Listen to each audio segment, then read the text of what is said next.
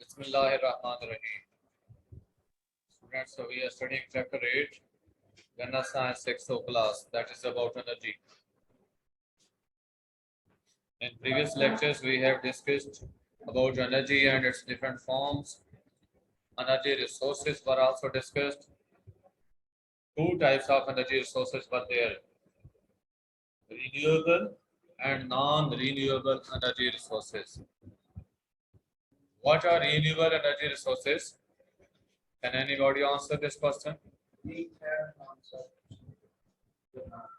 Renewable energy resources कौन से होते हैं?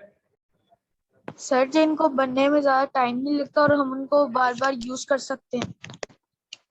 Which are naturally available to us and we can use them again and again. Okay, जिनको हम बार बार यूज कर सकते हैं, which never go to depletion, which are not depleted. और नॉन रिन्यूएबल एनर्जी रिसोर्सेज कौन से होते हैं?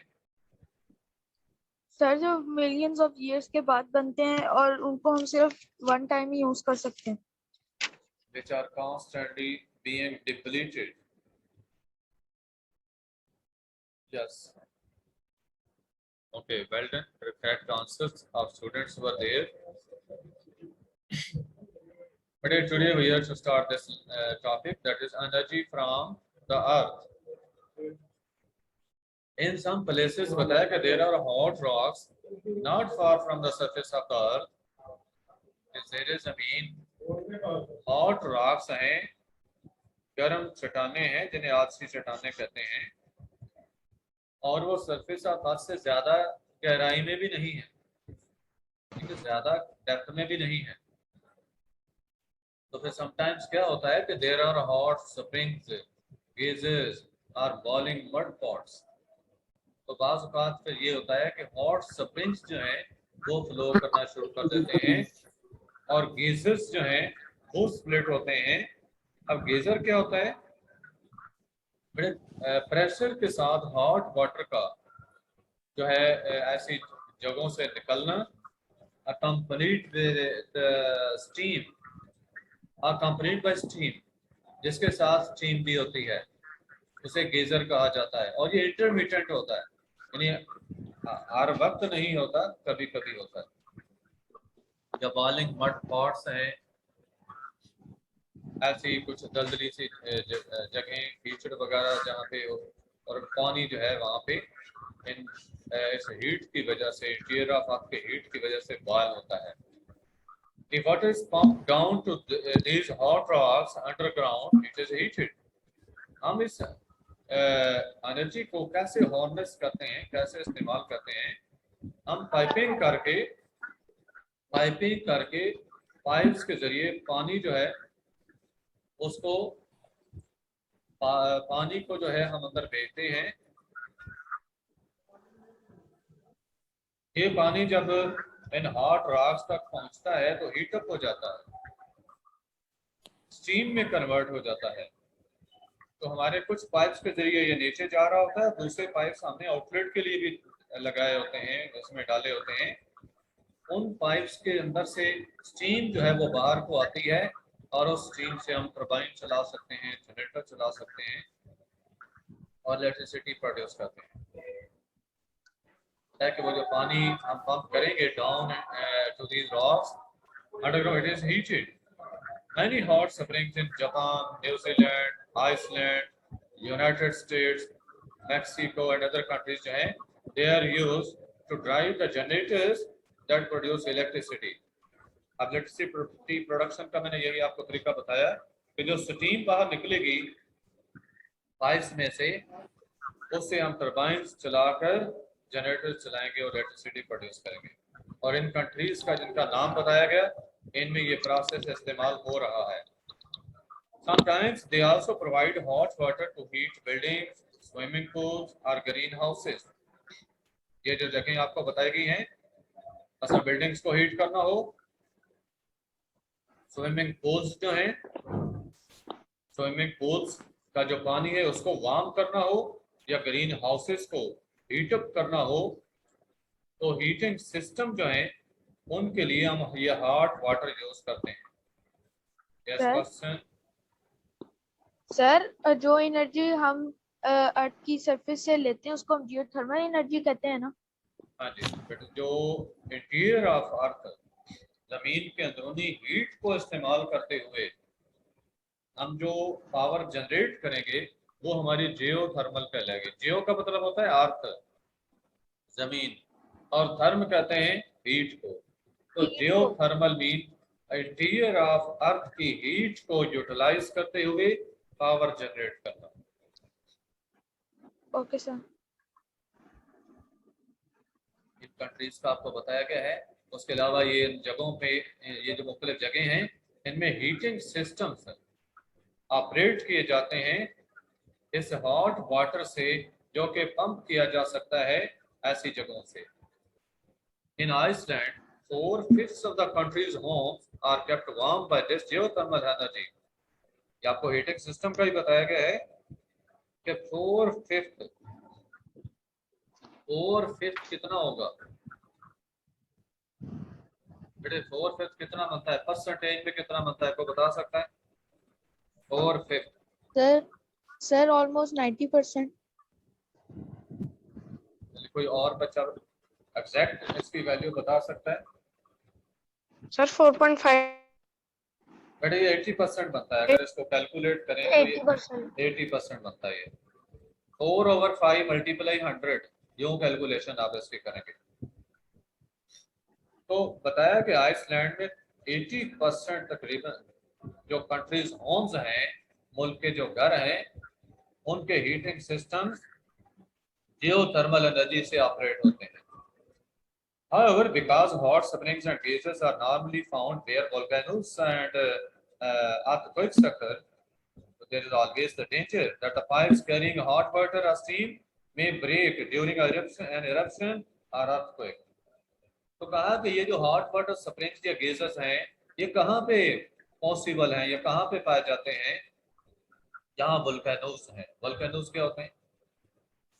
आतिशफशां पहाड़ जो, एंड अर्थक्वेक्स, यानी जहाँ आतिश फशानी होती है या जहाँ अर्थक्वेक्स जो है वो ज्यादा होते हैं, ठीक है, जहाँ जलजले ज्यादा आते हैं। तो ऐसी जगहों पे ये हॉट स्प्रिंग्स भी हैं, गेजर्स भी वहां से निकलते हैं। अब वहां पे अगर हम पाइप्स वगैरह लगाते हैं अंडरग्राउंड अपने हीटिंग सिस्टम्स को चलाने के लिए, तो डेंजर किस चीज का होता है कि हमारे जो पाइप्स हैं जिनके जरिए हॉट वाटर और स्टीम हम हासिल करते हैं, दे विल ब्रेक। कब?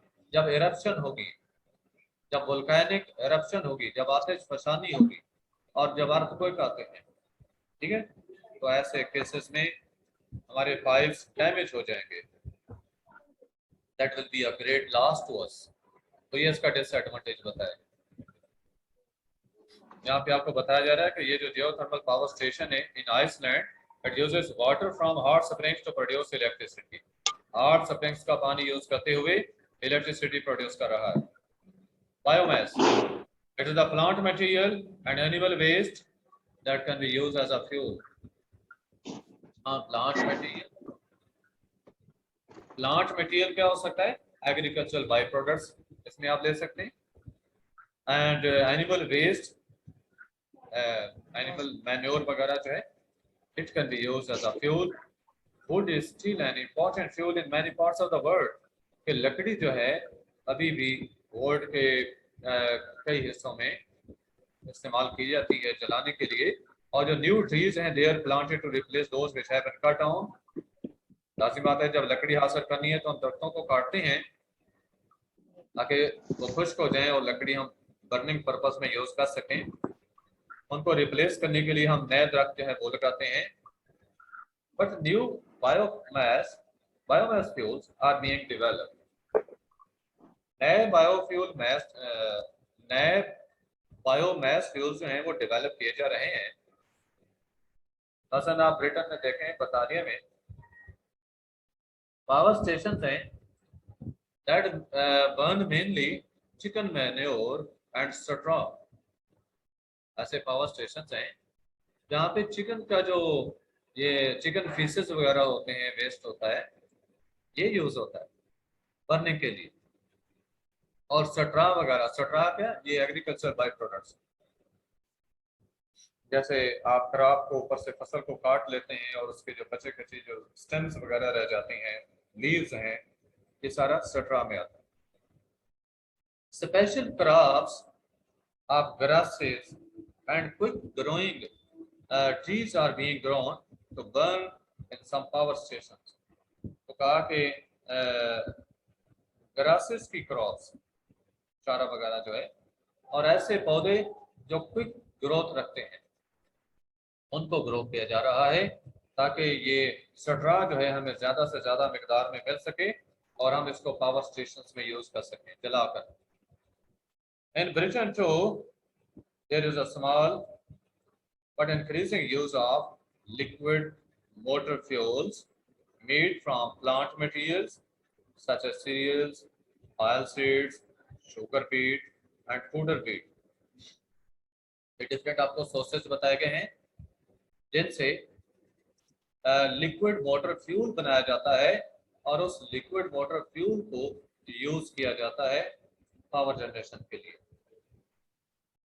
तो इनमें आपको सीरियल्स का बताया गया, ये जो अनाज की फसलें हैं, ऑयल सीड्स, ये ऑयल प्रोड्यूस करने वाले सीड्स होते हैं, जैसे हम ऑयल एक्सट्रैक्ट करते हैं, जैसे शुगर बीट है, फोडर बीट है। तो ये फोडर बीट जो है, शुगर बीट तो देखिए वो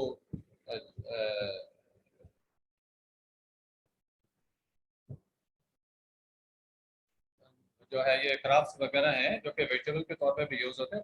फोडर बीट जो है ये बेटे चारा के लिए इस्तेमाल होते हैं, ये मवेशियों के लिए चारा वगैरह जो है उसके लिए यूज होता है। तो ये ऐसी फसलें हैं जिनको हम काश्त करते हैं और इनका मकसद क्या होता है, ताकि हमें ये लिक्विड वाटर फ्यूल्स जो हैं वो हम प्रोड्यूस कर सकें इनसे। इन ब्राज़ील शुगर केन को फर्मेंट किया जाता है to make ethanol which is used as a fuel for most vehicles, motor vehicles, गाड़ियों के लिए फ्यूल के तौर पे जो कि यूज होता है। In several countries, recycled vegetable oils and fats are used। recycled vegetable oils या fats जो हैं ये यूज होते हैं इंस्टेड ऑफ डीजल ऑयल के बजाय। डीजल ऑयल के क्या किया जाता है कि वेजिटेबल ऑयल्स और फैट्स को रिसाइकल किया जाता है। It is important to remember though that although biomass is a renewable fuel, it still produces carbon dioxide when it is burned। बताया कि जो बायोमास है ये है तो रिन्यूएबल फ्यूल, लेकिन इसका डिसएडवांटेज क्या है, ये कार्बन डाइऑक्साइड प्रोड्यूस करती है जब इसको जलाया जाता है। And carbon dioxide you know that is a green house gas. And green house gas क्यों कहते हैं इसको? सर क्योंकि यही जो लेयर बना लेता है अर्थ के ऊपर, जिसकी वजह से ग्रीन हाउस इफेक्ट होता है। हाँ जी बिल्कुल, ग्रीन हाउस इफेक्ट काज करती है। ग्रीन हाउस की जो ग्लास वॉल्स हैं जो वो काम करती हैं, तो कार्बन डाइऑक्साइड की लेयर भी वही काम करती है। कोई क्वेश्चन किसी बच्चे का? जहां तक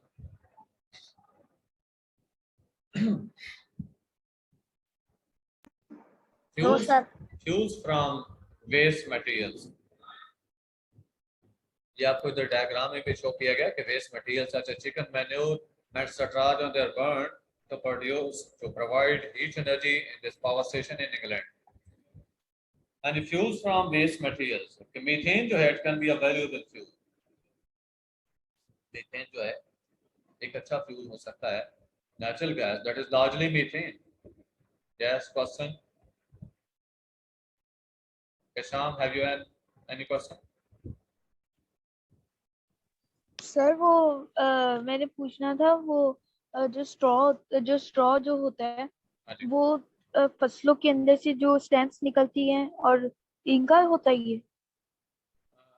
फसलों से मसलन फसल आप काट लेते हैं जब, तो जो पौधों के क्रॉप्स की जो स्टेम्स हैं वो जो बाकी रह जाती हैं उनको ये सारी चीजें जो हैं ये स्ट्रा में आ जाती हैं।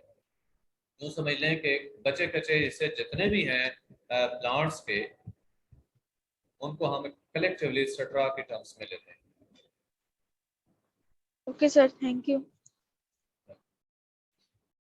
मीथेन का मैंने बताया गया कि जो नेचुरल गैस है largely it is methane. Methane is given off when waste materials decay और रॉट अवे। वेस्ट मटेरियल जब डिके होते हैं या इनकी रॉटिंग होती है, ये गलते सड़ते हैं, तो मीथेन गैस प्रोड्यूस होती है। In some places methane from landfill sites is collected for use as a fuel. Landfill क्या होते हैं? लैंडफिल बेटे ये वो जगह होती हैं जहाँ पे हम डंप करते हैं ये जितना भी वेस्ट वगैरह होता है, ठीक है, डिफरेंट जो वेस्ट डिफरेंट टाइप्स का वेस्ट है, कूड़ा वगैरह जो है, इसको हम वहां पे डंप करते हैं, वहां पे फिल कर देते हैं ऐसी जगहों पे। उसके बाद उसको ऊपर से कवर कर दें, उसका जब डिके होगा, ठीक है, फिल्ड मटेरियल का जब डिके होता है तो उससे भी मीथेन गैस प्रोड्यूस होती है। Methane is also produced deliberately in some warm countries such as Egypt, where decay occurs quickly. ऐसे कंट्रीज में जहाँ पे डिके का प्रोसेस फास्ट होता है ज्यादा हीट की वजह से, तो वहां भी मीथेन गैस प्रोड्यूस की जाती है। Plant remains, human sewage, animal waste, left over foods and other waste material जो हैं, they are sealed in a large container, जिसको बायोडाइजेस्टर कहते हैं। अगर पूछा जाए कि व्हाट इज बायोडाइजेस्टर, आपने बताना होगा कि it's a large container in which plant remains, human sewage, animal waste, leftover foods and other waste materials में they are sealed। अब ये जो मटेरियल इसके अंदर हमने सील कर दिया होता है बायोडाइजेस्टर में, वेस्ट मटेरियल जब ये डिके होता है यानी गलता सड़ता है, तो इससे मीथेन गैस प्रोड्यूस होती है। This methane gas then be tapped off for use as a fuel। इसको हम टैप ऑफ कर सकते हैं, यानी पाइप्स के जरिए इसको हम घरों को सप्लाई कर सकते हैं, टैप्स लगाकर आगे। तो this rotted material can later be used as a fertiliser. और जो रॉटेड मटेरियल होता है गैस प्रोड्यूस होने के अलावा, उस मटेरियल को फर्टिलाइजर के तौर पे भी यूज किया जाता है।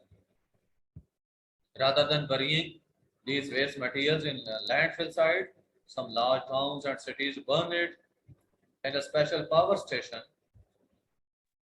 ठीक है, ये जो वेस्ट मटेरियल है, वजह इसके कि इसको जमीन में मट्टी में दबा दें लैंडफिल साइट्स में, तो कुछ टाउन्स जो हैं सिटीज के, वो क्या करते हैं कि वो इसको स्पेशल पावर स्टेशंस में जलाते हैं, और इससे जो हीट प्रोड्यूस होती है उसको यूज करते हैं तो प्रोड्यूस स्टीम, और इस स्टीम से बाद में टरबाइन चलाते हैं, टरबाइन से इलेक्ट्रिकल जनरेटर्स चलाए जाते हैं और इलेक्ट्रिसिटी प्रोड्यूस की जाती है।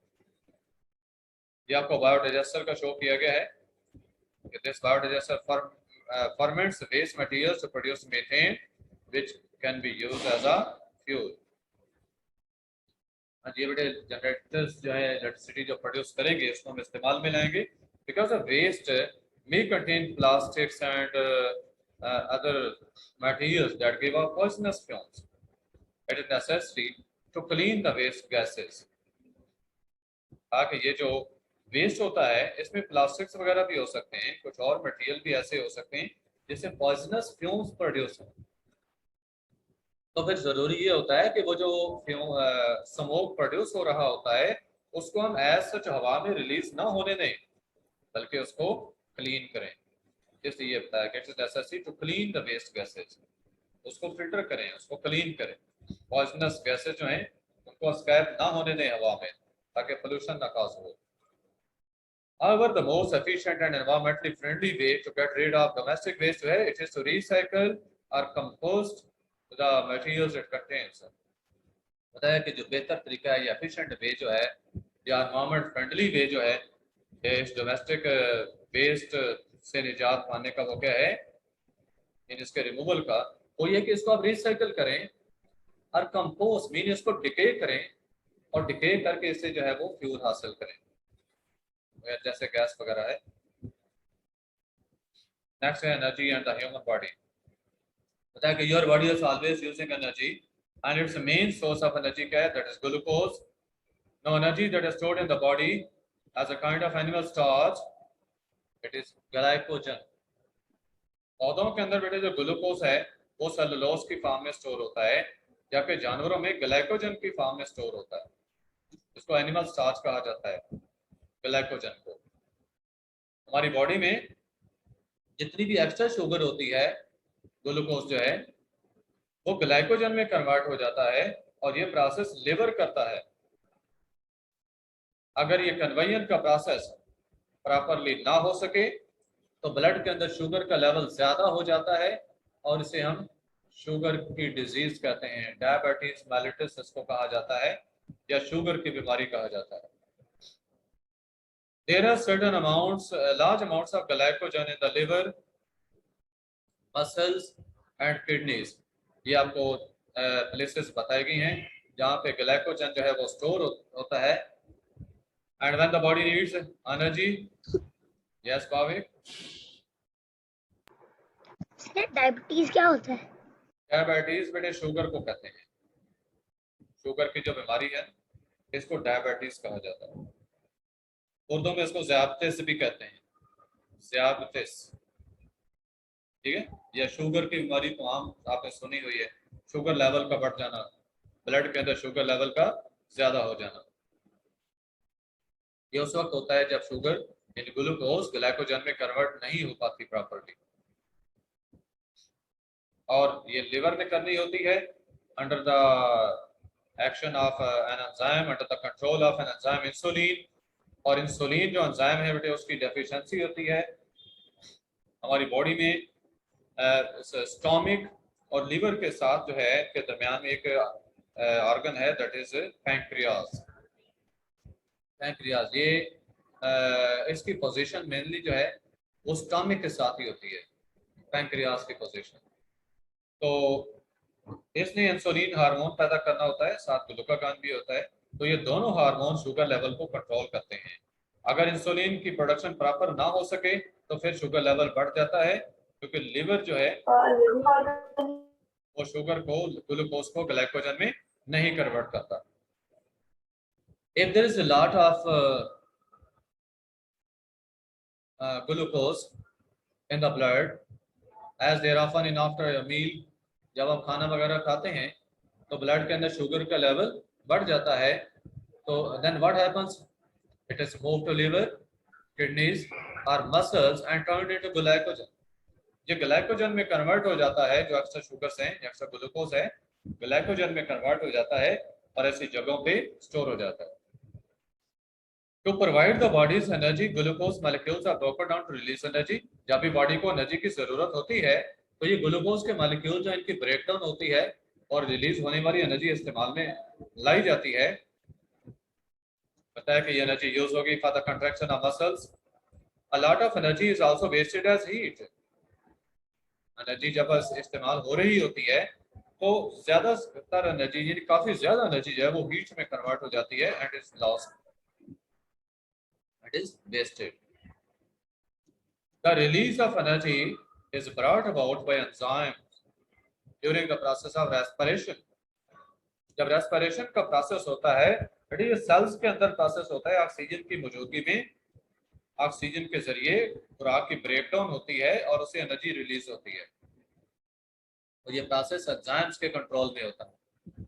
If the body needs even more energy, यानी जितनी शुगर्स थी हमारी बॉडी में वो यूज हो जाती हैं और हमारी बॉडी को मजीद एनर्जी चाहिए, मसलन आप कोई एक्सरसाइज वगैरह कर रहे हैं, कोई हार्ड वर्क कर रहे हैं, और if there is not enough glycogen for its needs, क्योंकि देखिए अगर शुगर्स नहीं है तो ग्लाइकोजन कन्वर्ट हो जाएगी शुगर्स में और इस्तेमाल में आ जाएगी, और अगर ग्लाइकोजन भी नहीं है जो उसकी जरूरियात को, एनर्जी की रिक्वायरमेंट को जो पूरा कर सके, it then breaks down stored fats into fatty acids and glycols. तो फिर शुगर्स के बाद क्या चीज इस्तेमाल में आती है? फैट्स, जो चर्बी वगैरह है, फैट्स जो हमारी बॉडी में स्टोर होते हैं, ये ब्रेक होते हैं, फैटी एसिड्स और ग्लाइकोल इनसे सिंपल यूनिट्स बनते हैं और एनर्जी रिलीज होती है। Fatty acids may be broken down directly to produce energy. ये जो फैटी एसिड्स हैं इनको इनकी ब्रेक डाउन से डायरेक्ट भी एनर्जी प्रोड्यूस हो सकती है, या फिर ये भी हो सकता है कि ये ग्लूकोज में कन्वर्ट कर दिए जाए और वो ग्लूकोज जो प्रोड्यूस हो उसकी बाद में ब्रेक डाउन करके एनर्जी प्रोड्यूस हो। तो ये हमारी बॉडी के अंदर नेचुरल सिस्टम ही है जो कि होता रहता है। These things are clear to you all?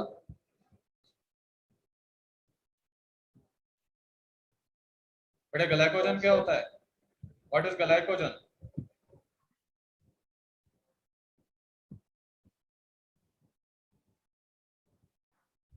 Glycogen. Listen attentively. Extra sugars, extra glucose in our body, when it is there in blood, it is converted into glycogen. ठीक है, जब एक्स्ट्रा शुगर्स हों वो ग्लाइकोजन में convert हो जाती हैं और जो बॉडी की शुगर्स यूज होती हैं तो फिर ये ग्लाइकोजन वापस उसी ग्लूकोज में कन्वर्ट होकर इस्तेमाल में आती है।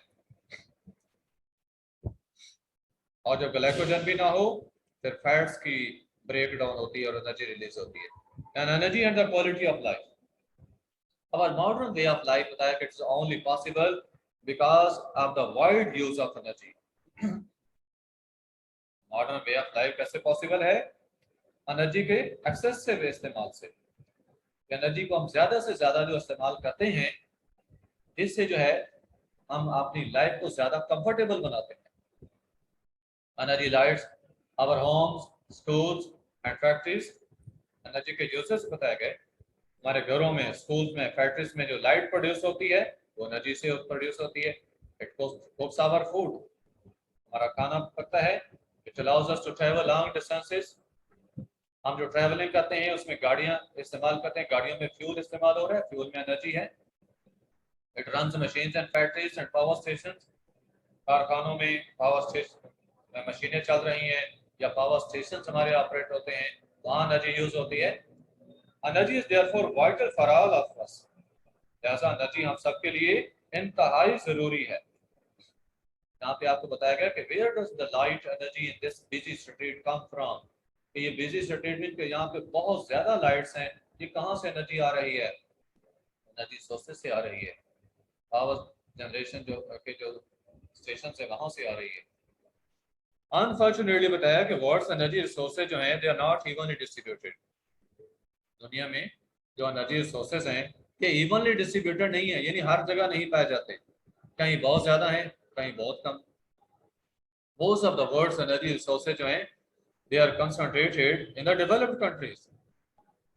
ठीक है, ज्यादातर जो एनर्जी रिसोर्सेज है वो कहाँ पे हैं? तरक्की याफ्ता ममालिक के अंदर है।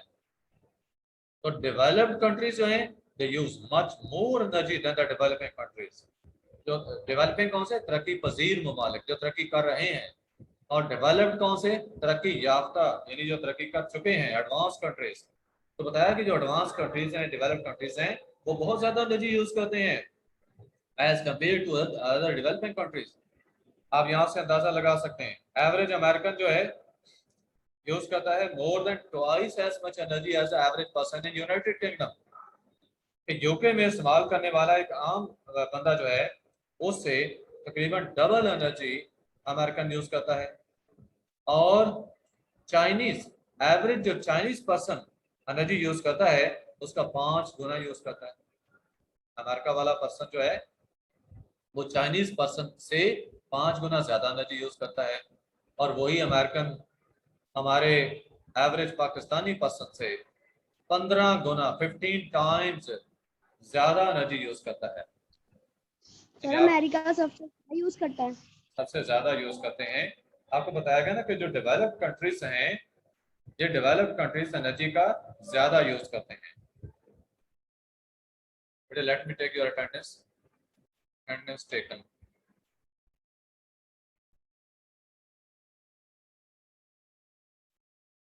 Students, so you can ask any question if you have it. Otherwise, next is their waste of energy.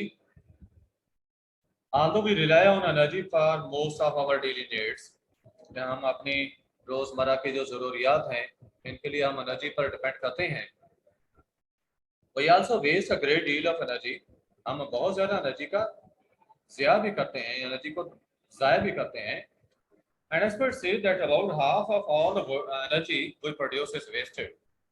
यानी माहिरीन का ये कहना है कि हम जितनी एनर्जी प्रोड्यूस करते हैं तकरीबन आधी हम ज़ाया कर देते हैं अपनी लापरवाही की वजह से। A great deal of energy is wasted in our homes. हमारे घरों में वेस्ट होती है ज़्यादातर energy, but even more is wasted in offices and factories. दफातर में, कारखानों में और ज़्यादा एनर्जी ज़ाया होती है। This means we are all wasting money as well as damaging our planet. इसका मतलब क्या हुआ कि हम सरमाया भी ज़ाया कर रहे हैं और हमारे अपने प्लेनेट को भी नुकसान पहुंचा रहे हैं। कैसे? इसको पोल्यूट कर रहे हैं। पोल्यूशन वगैरह जो है वो भी तो ज़्यादा होगी, लाज़िम बात है एनर्जी का एक्सेसिव यूज है, जैसे पोल्यूशन भी तो होती है। There are a number of simple things that everyone can do to save energy. हम एनर्जी को कैसे सेव कर सकते हैं, ये चीजें आपको बताई गई हैं। या स्टूडेंट्स, एनी क्वेश्चन? अब्दुल्ला शाम। सर अगर वो जो नॉन रिन्यूएबल एनर्जी होती है, अगर वो हमारी दुनिया से खत्म हो जाए, लेकिन वो जो पीछे के जो एनिमल्स मरे होंगे उनकी भी तो बाद में बन सकती है, जितनी देर में वो खत्म हो जाएगी। बेटे जो रिसोर्सेज हैं ये मैं आपको साइंटिफिक पॉइंट ऑफ व्यू से बता रहा था, जो भी चीजें हैं जो साइंटिफिक रिसर्च की हैं, साइंटिफिक गैसिंग है जितनी, वो आपको बताई गई है। लाजमी बात है, आपका बहुत अच्छा पॉइंट है कि ये जो फ्यूल्स मिलियन ईयर्स पहले बने, तो हो सकता है कुछ और फ्यूल्स ऐसे हों जो बन रहे हों अभी।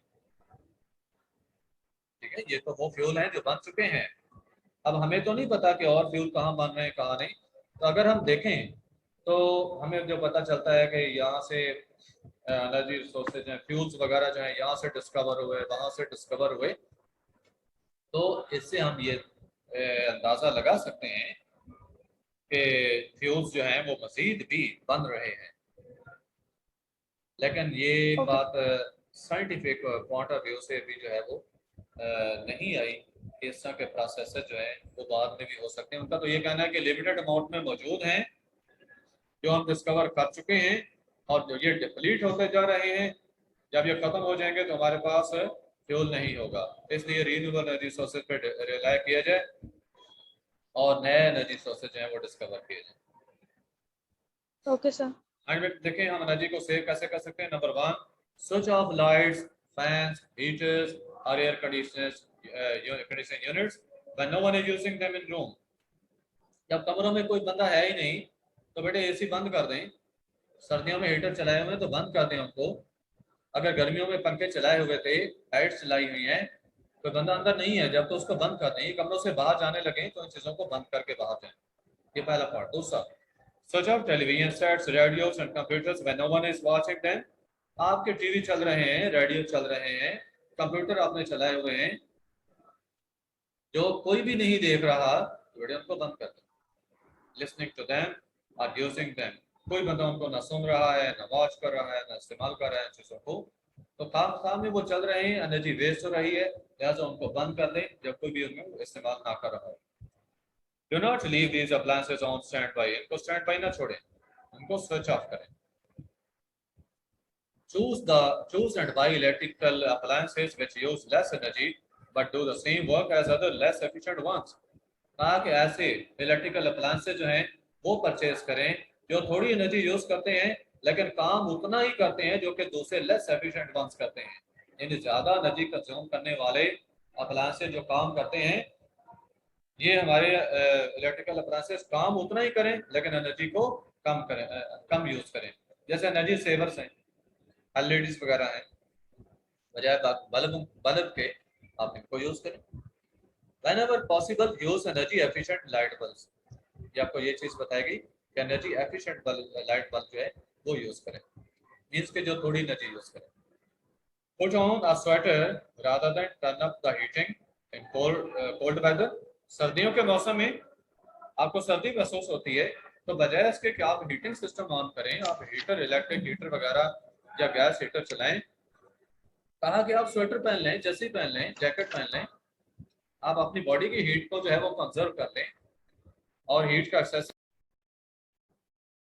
नेक्स्ट बताया कि डू नॉट वेस्ट वाटर। कि पानी को ज़ाया ना करें। Take a shower rather than a bath, shower से नहाएं ना कि बाथ से। मतलब बाथ टब यूज करते हैं उसमें ज्यादा से ज्यादा पानी आप वेस्ट करते हैं, शावर से जो है कंट्रोल्ड वे में आप पानी को यूज कर सकते हैं, तो थोड़ा पानी खर्च होगा। Open the fridge door as little as possible, fridge का दरवाजा थोड़ी देर के लिए खोलें, जैसे कोई चीज रखनी है या निकालनी है, वो रखने या निकालने के फौरन बाद बंद कर दें, क्योंकि इसकी वजह क्या है कि जब वार्म एयर ज्यादा से ज्यादा अंदर जाएगी तो एक्स्ट्रा इलेक्ट्रिसिटी रिक्वायर्ड होगी to cool it down again. Yes, Sabir, do you have any question? अस्सलाम वालेकुम सर। वालेकुम सलाम। सर जो से सर कल टेस्ट है 14 अगस्त का सर, वो अब कब होगा? बेटा स्केड्यूल आ जाएगा ग्रुप में, उसको आप फॉलो कर लेना। नेक्स्ट आपका जो डे होगा उस दिन होगा, ठीक है?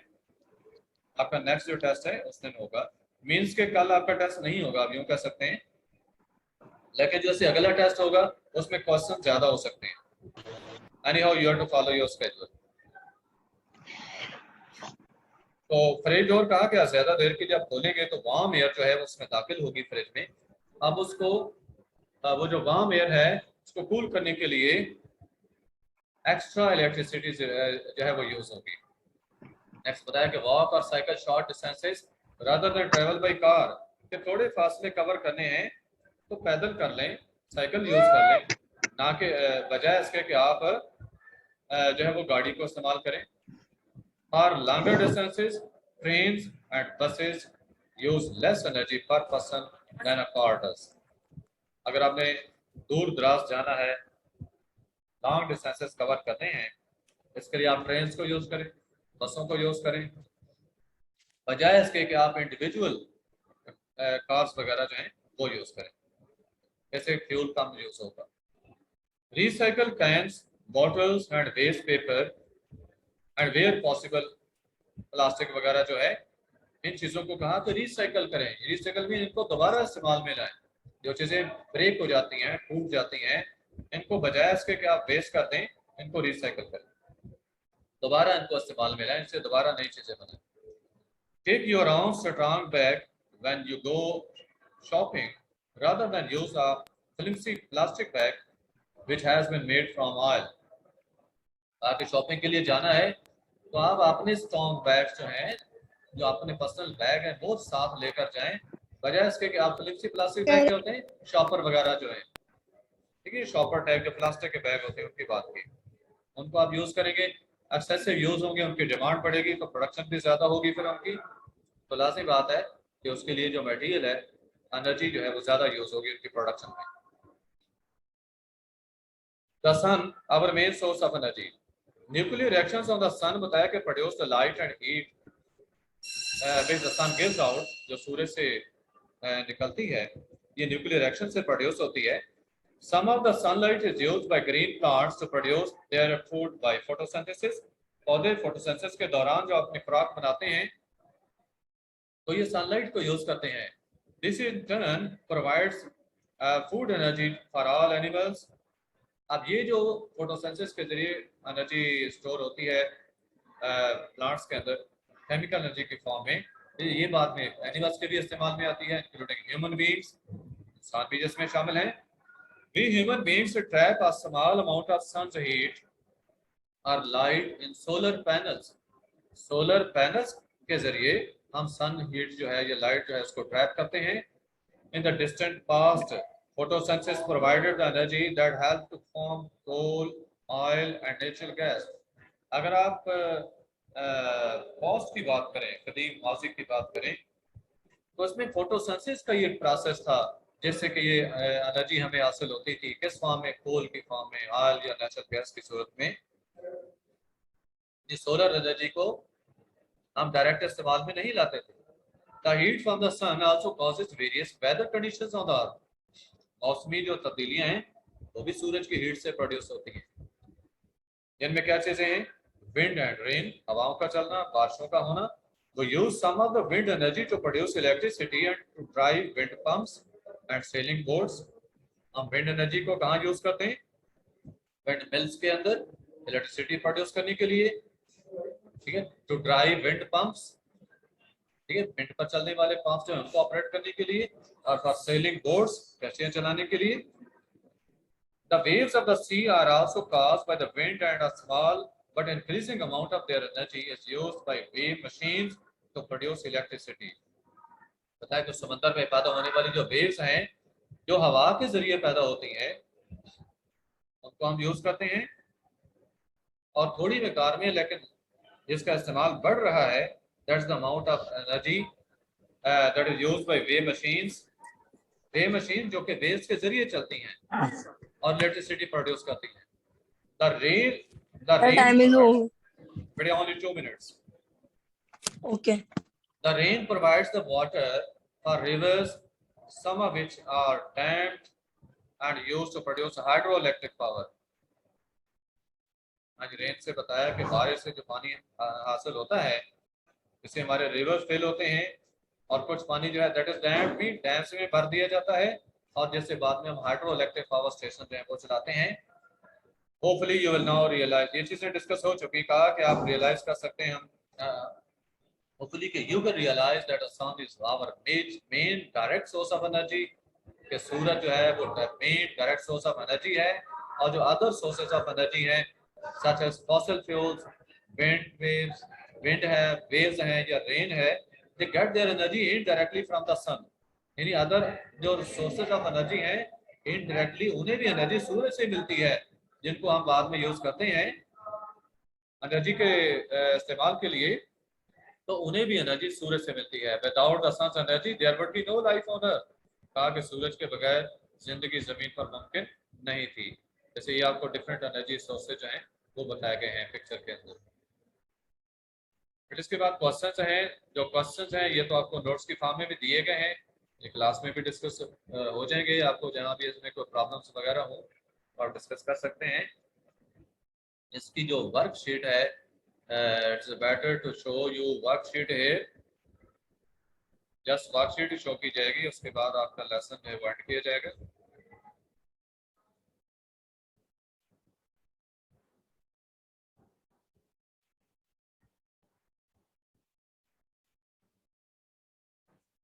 बेटे ये वर्कशीट है, सिर्फ 1-2 मिनट का काम होगा।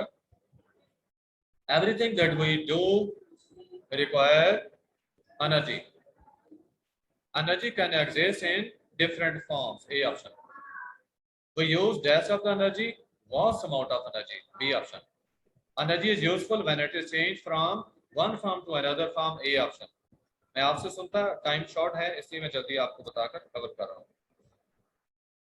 When energy changes occur in useful devices, some energy is always lost. B option होगी। Fossil fuels like nuclear fuels are gas source of energy. Non-renewable sources of energy हैं। Burning of fossil fuels produces carbon dioxide. C option. Renewable energy sources are solar power, wind power, wave power. All of these करेंगे, ये सारे renewable sources हैं। Renewable energy source will not run out. जो renewable है, it will not run out, तो B option होगी। Next कुछ blanks हैं।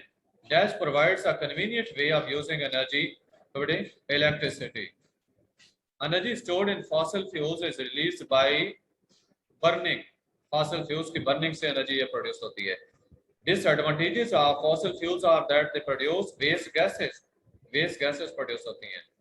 Fossil fuels took millions of years to form. यहाँ पे millions का word use करेंगे। Most of the world's energy came originally from, मेरी last point को बता सकता है? चलिए एक बात आपसे पूछ लेते हैं। एंड पे आपको बताया देगा लेक्चर में। Sun, well done. सूर्य से। With it is end of our today's lesson and end of this chapter, also the end of first term syllabus. Sir Any online question? Class, Yes. Sir अब आपकी online class नहीं होगी? बड़ी होगी online class, हम इसमें कुछ और सिस्टम करेंगे, कुछ और चीजें डिस्कस करेंगे, टेस्ट वगैरह करेंगे, या जो भी आपके रिजल्ट्स जो हैं वो यहाँ पे डिस्प्ले करेंगे, आपके पेरेंट्स के साथ शेयर करेंगे। Any other question? No, sir. Okay बेटे, अल्लाह हाफिज। Allah Hafiz, sir. Thank you. Allah Hafiz sir. Allah Hafiz. Sir.